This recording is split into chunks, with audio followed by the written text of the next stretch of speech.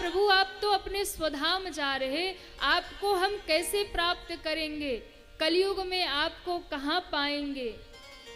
भगवान मुस्कुराए, एक स्वरूप में एक ज्योति का रूप धारण किया।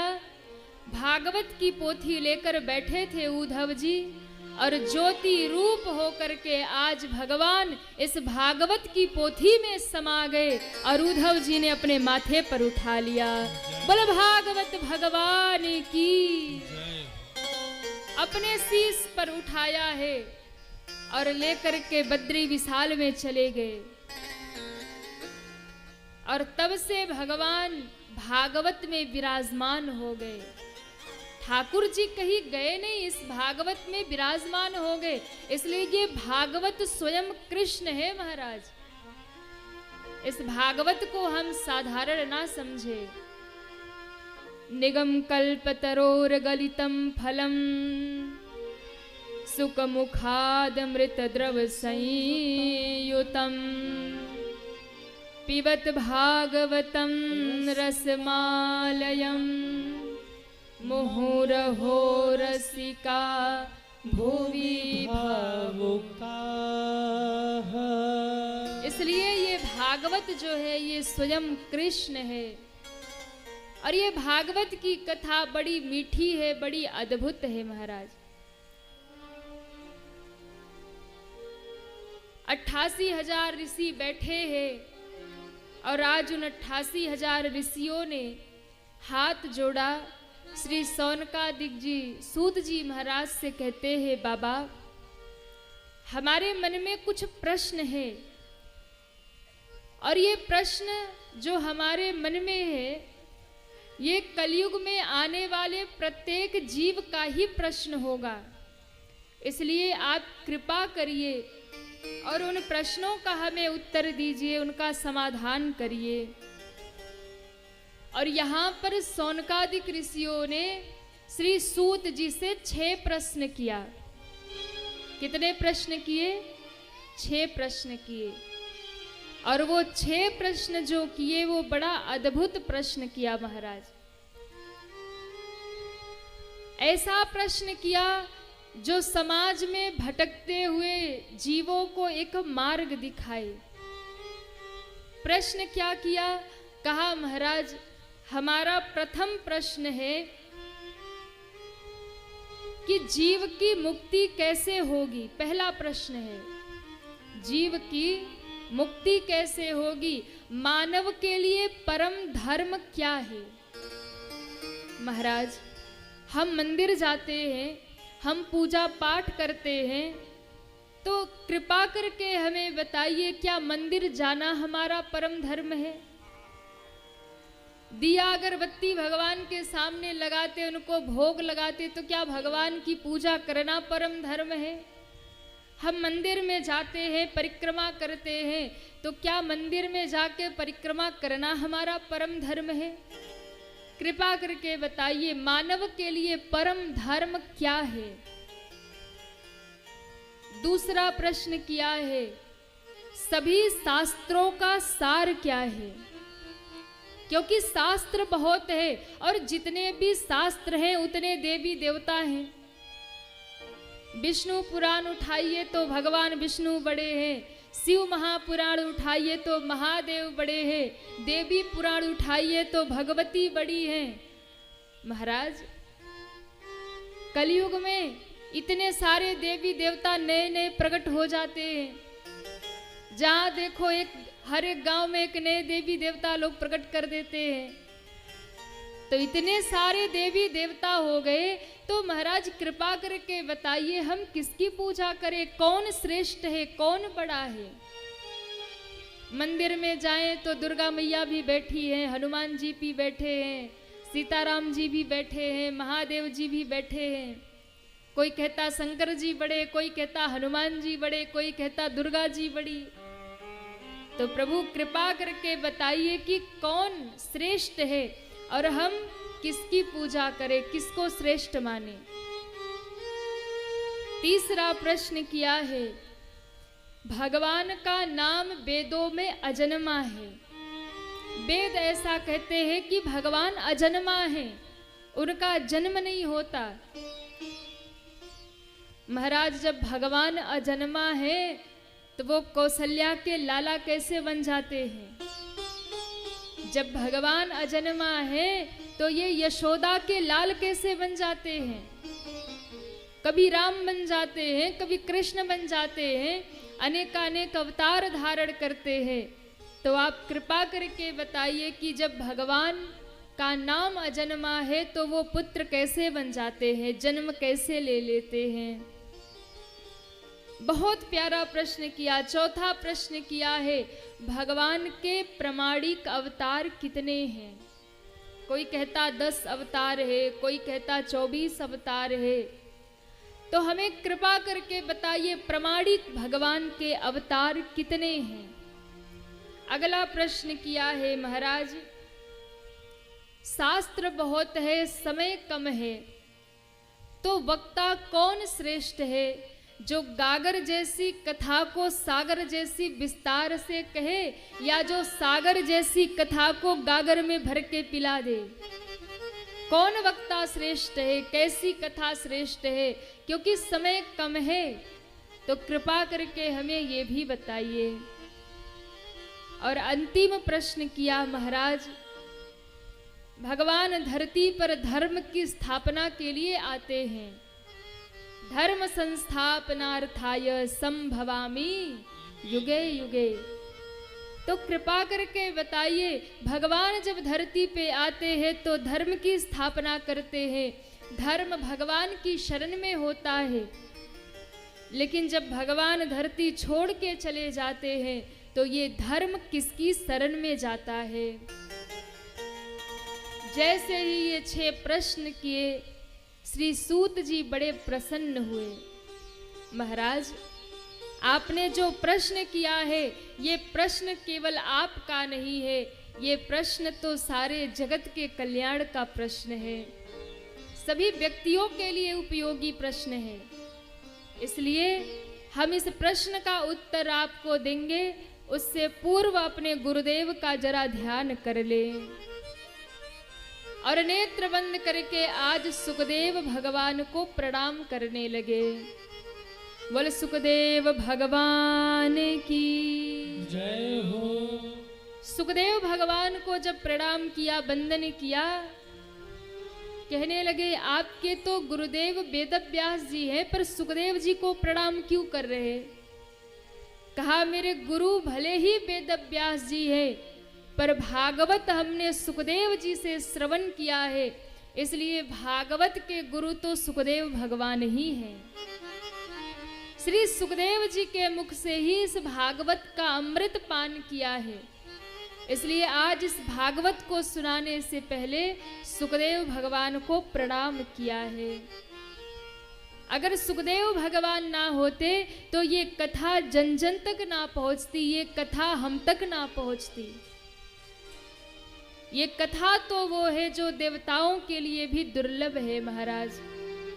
इसलिए आज सुखदेव भगवान को प्रणाम किया और फिर प्रश्नों का उत्तर देना शुरू किया। पहला प्रश्न किया था, मानव के लिए परम धर्म क्या है? बड़े ध्यान से सुनिएगा, हमारा परम धर्म क्या है?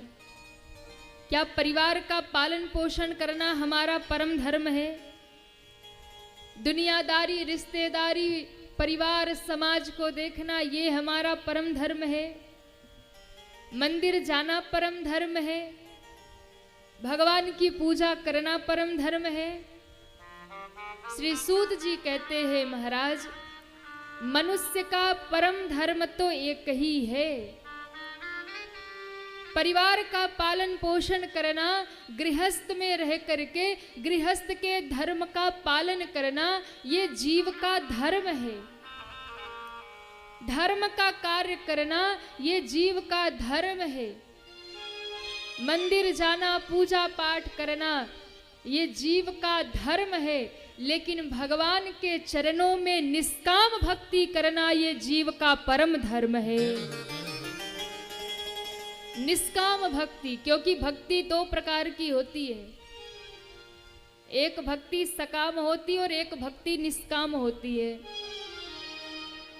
सकाम भक्ति वो है, हम भजन करते हैं, भक्ति करते हैं, माला करते हैं, नाम जपते हैं और बदले में भगवान से कुछ न कुछ मांग लेते हैं। रोज सुबह मिस्त्री का भोग लगाएं, 2 अगरबत्ती लगाएं और बड़े भाव से आरती गाए। ओम जय जगदीश हरे, स्वामी जय जगदीश, भक्त जनों के संकट, दास जनों के संकट क्षण में दूर करे। ओम जय जगदीश हरे। बड़े भाव से आरती गा रहे झूम झूम के। हे प्रभु तुम पूरन परमात्मा, हाँ, आप ही हमारे माता है, आप ही पिता है, सब कुछ आप ही है। भगवान भी खुश हो जाते। हो कितना प्यारा भगत मिला है, कितने झूम झूम के गा रहा। लेकिन जैसे ही आरती पूरी हुई, बगल से एक लंबा सा लिस्ट निकाला। कहा हे ठाकुर जी क्या करे? बोले बस छोटा सा काम है, बेटे की नौकरी लग जाए। अभी अभी नया नया बिजनेस खोला है, वो भी बढ़िया चल जाए। एक फ्लैट मुंबई में हो जाए, दूसरा दिल्ली में हो जाए। बहू को बेटा नहीं हो रहा, बस एक बेटा दे दो, बस अंतिम इच्छा वही है। हे ठाकुर जी बस ज्यादा कुछ नहीं, अपने भी घुटने में दर्द ज्यादा बढ़ गया, बस थोड़ा सा कम हो जाए। और अगर कुछ नहीं होता तो कम से कम ये पड़ोसी सिर पे चढ़ा जा रहा, इसका ही सत्यानाश हो जाए। हाँ?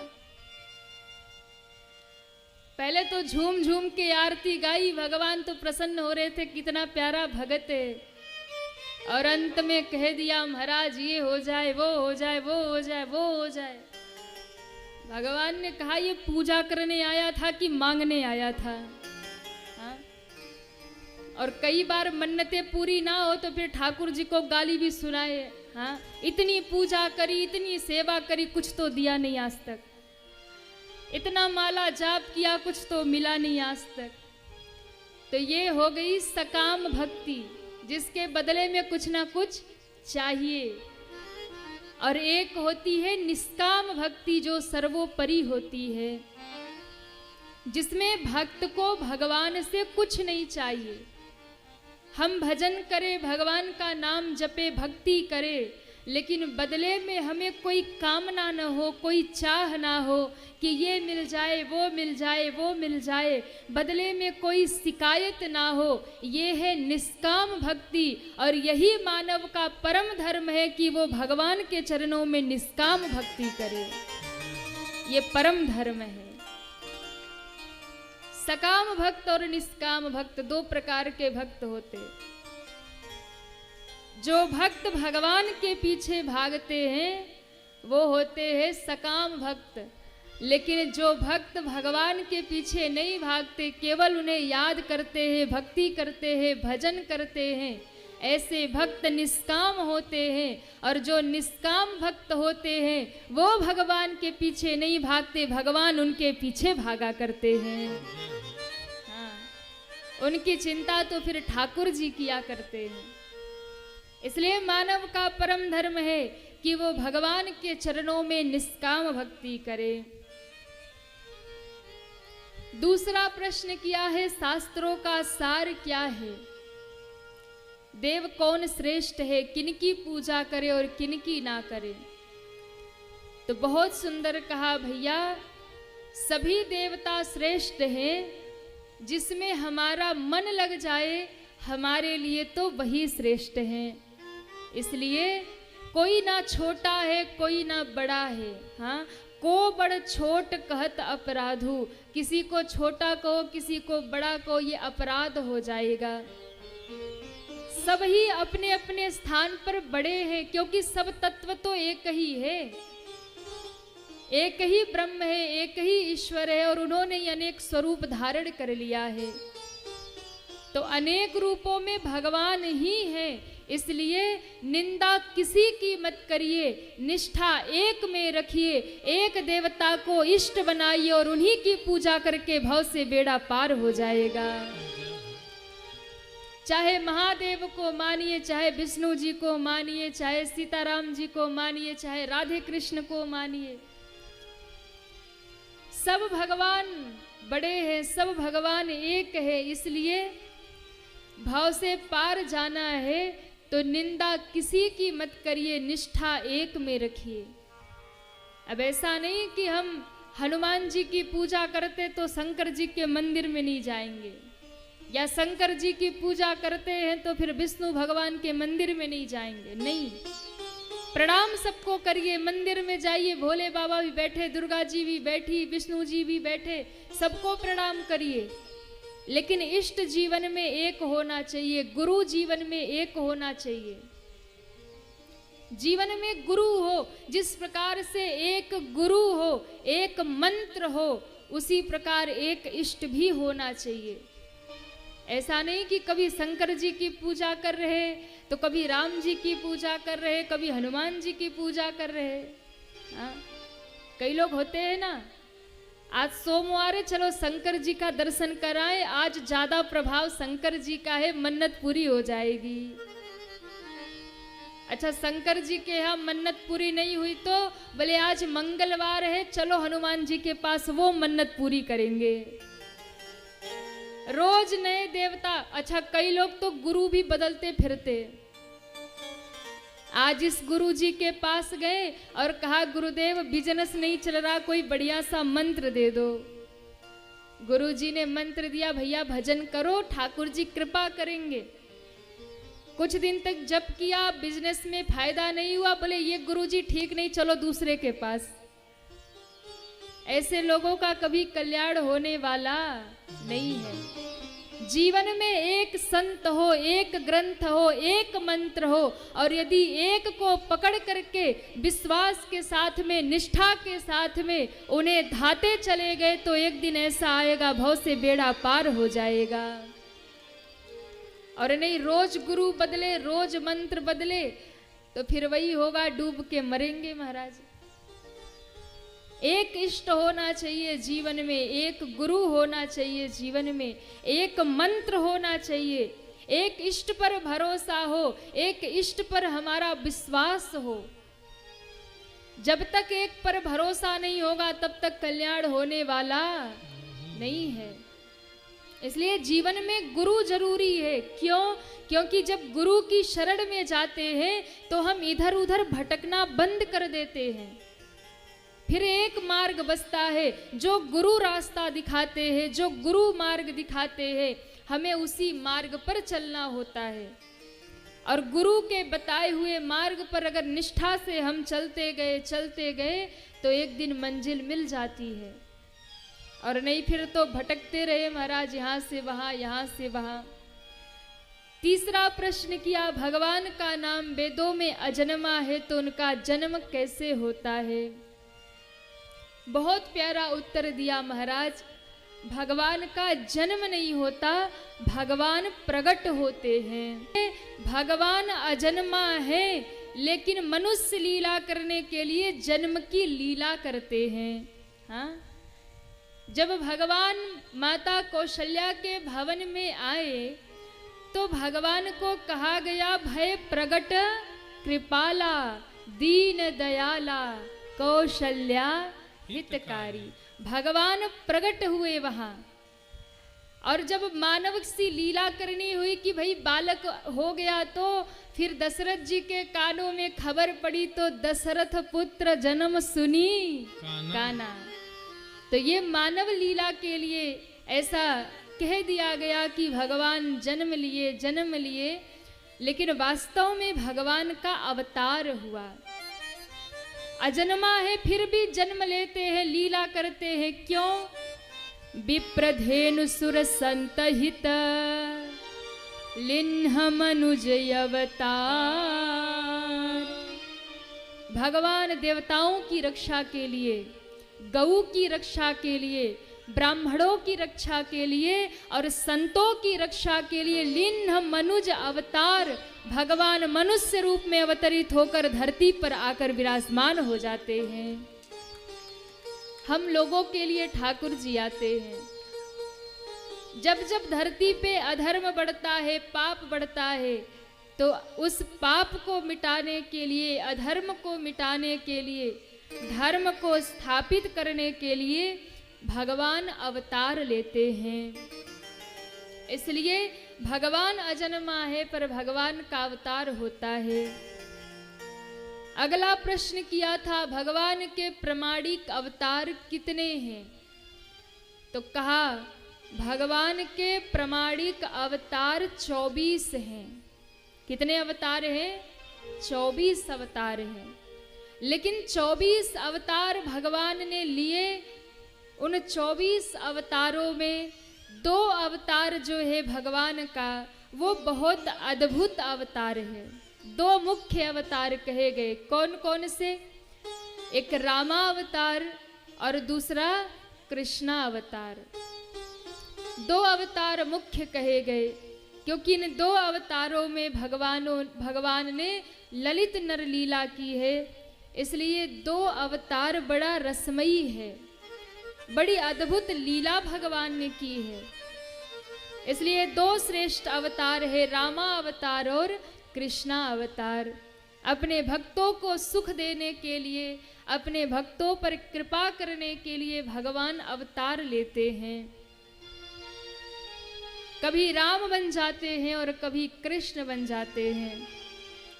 लेकिन राम और कृष्ण में कोई अधिक अंतर नहीं है।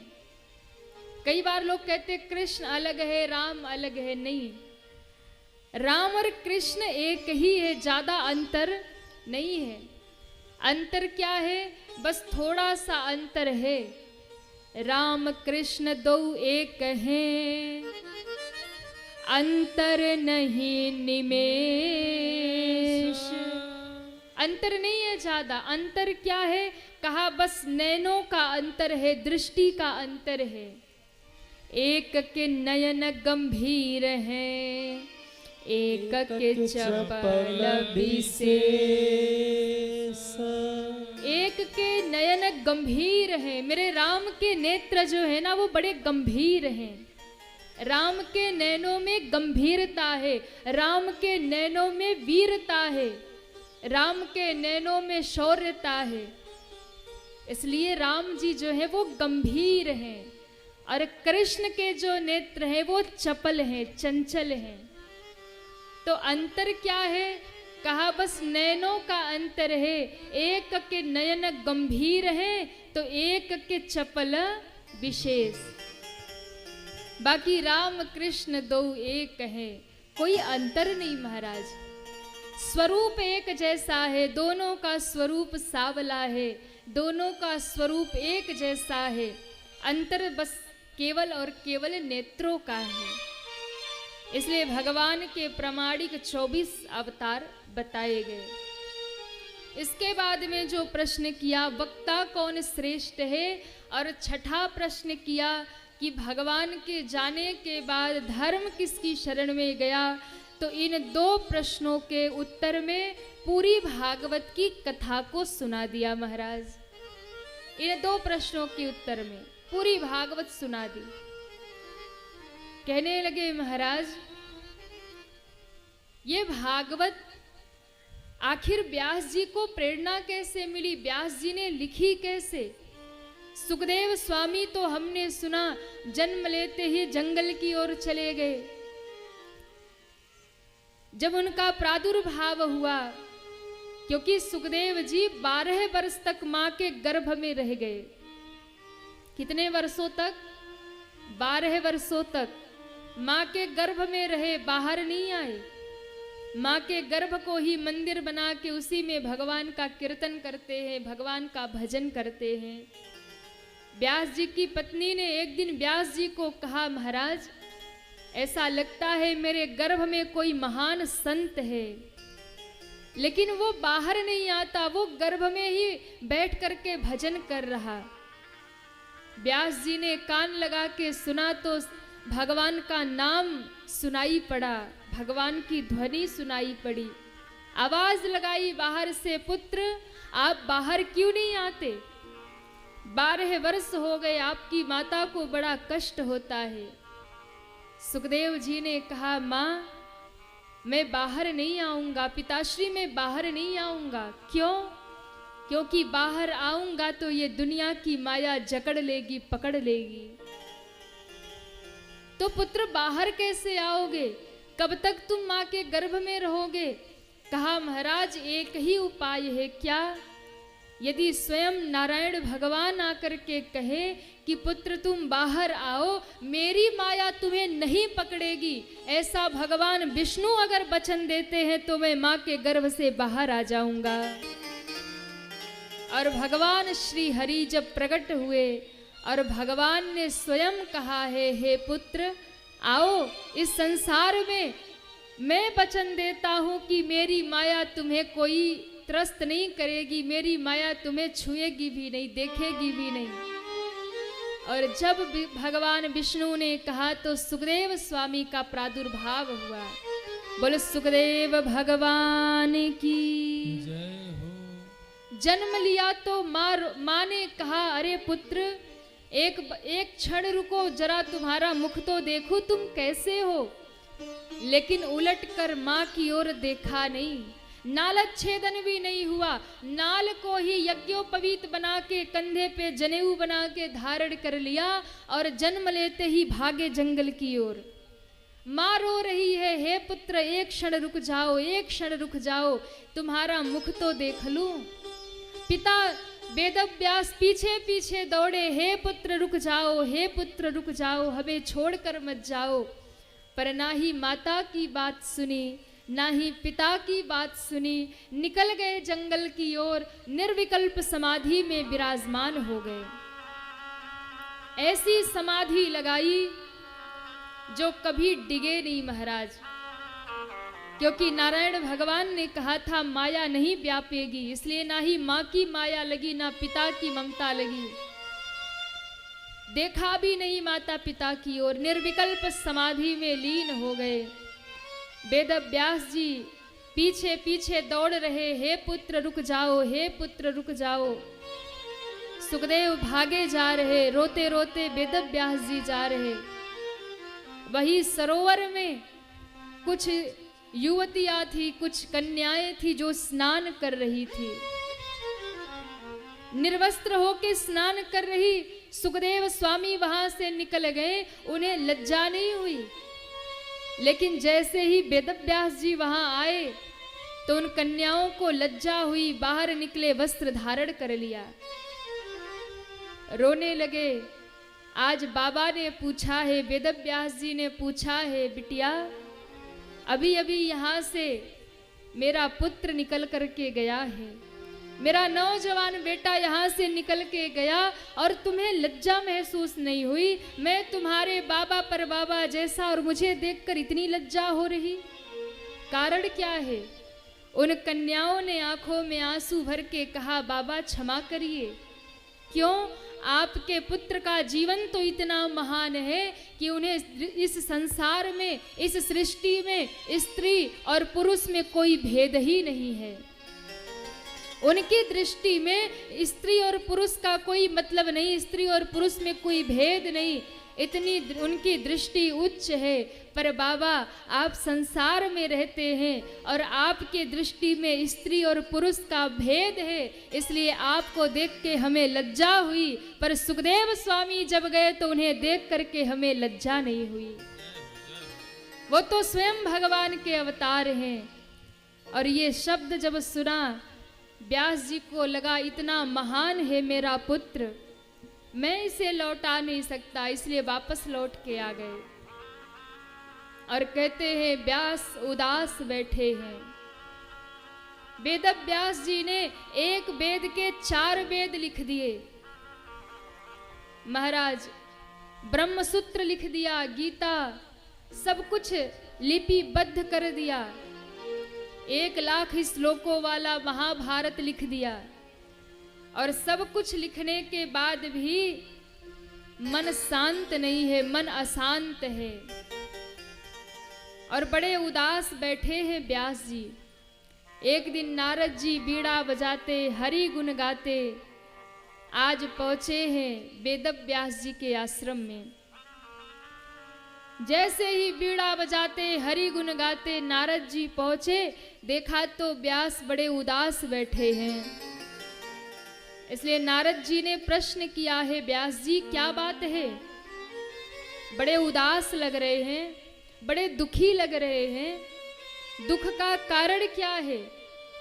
कहा महाराज मैंने 17 पुराणों की रचना कर दी, 17 पुराण लिख दिए, वेद लिख दिए, वेदांत लिख दिए, उपनिषद लिख दिया, ब्रह्म सूत्र लिख दिया, 1,00,000 श्लोकों वाला महाभारत लिख दिया, लेकिन इन सब के बाद भी मेरे मन को शांति नहीं है। मेरा मन न जाने क्यों अशांत है, मन को शांति नहीं है। ध्यान दीजिएगा, जरा जाकर देखिए, क्या जिन्होंने बड़ी बड़ी उपलब्धियां जीवन में हासिल कर ली, जिन्होंने बड़ी बड़ी डिग्रियां हासिल कर ली, बड़े बड़े पद हासिल कर लिए, क्या उनका मन शांत हो गया? कभी जाकर के पूछिए, महाराज आप तो इतने बड़े पद पे है कि आपका मन शांत है? जिन्होंने बड़ी बड़ी डिग्रियां हासिल कर ली उनसे जाके पूछो कि आपके जीवन में शांति है? वेद व्यास जी से बड़ा कौन होगा वैज्ञानिक? 17 पुराण की रचना कर दी, महाभारत लिख दिया, वेद लिख दिया, वेदांत लिख दिया, ब्रह्मसूत्र लिख दिया, लेकिन फिर भी मन शांत नहीं है। कहा मन को शांति क्यों नहीं है? नारद जी ने कहा वेद व्यास जी आपने इतने बड़े बड़े रचनाएं तो कर दी, पर आपका मन इसलिए अशांत है क्योंकि आपने संतों का संग नहीं किया, जीवन में सत्संग नहीं किया। क्यों? जब तक जीवन में सत्संग नहीं आएगा तब तक जीवन में शांति आने वाली नहीं है महाराज। क्योंकि आप दुनिया में घूम लीजिए, बड़े बड़े पैसे वालों से, बड़े बड़े पद वालों से पूछ लीजिए, भैया क्या मन को शांति है? कोई न कोई दुख रोके जाएंगे, नहीं नहीं महाराज ये दुख है। लेकिन मैं कहूं, यहां जितने लोग बैठे हैं, हृदय पे हाथ रख के बताना, क्या किसी का मन अशांत है? हाँ या ना? किसी को कोई दुख है? नहीं? फिर बोलते क्यों नहीं आप लोग? यहां बैठने के बाद मन शांत है, यहां बैठने के बाद कोई दुख नहीं है, क्योंकि सत्संग की ऐसी महिमा है, सत्संग का ऐसा प्रभाव है। भगवान की कथा में जो आकर बैठ जाता है वहां से सारी व्यथा मिट जाती है, सारा दुख समाप्त हो जाता है। जम के बजाइए ताली। हाँ अच्छा बताओ, ताली बजाने में पैसा लगता है क्या? हाँ या ना? फिर आप लोग कंजूसी क्यों करते ताली बजाने में? जब बजाना ही है तो जम के बजाइए। हाँ क्या बात है। बोल भागवत भगवान की। कथा में आने के बाद मन शांत हो जाता है, कथा में सत्संग में जाने के बाद मन को विश्राम मिल जाता है, सत्संग में जाने के बाद मन स्थिर हो जाता है। क्यों? क्योंकि हम भगवान की शरण में आ जाते हैं, ठाकुर जी की शरण में आ जाते हैं। सत्संग ही शांति का मार्ग है, सत्संग ही शांति का सूत्र है। जिसके जीवन में सत्संग आ गया वही जीवन में शांति प्राप्त कर सकता है।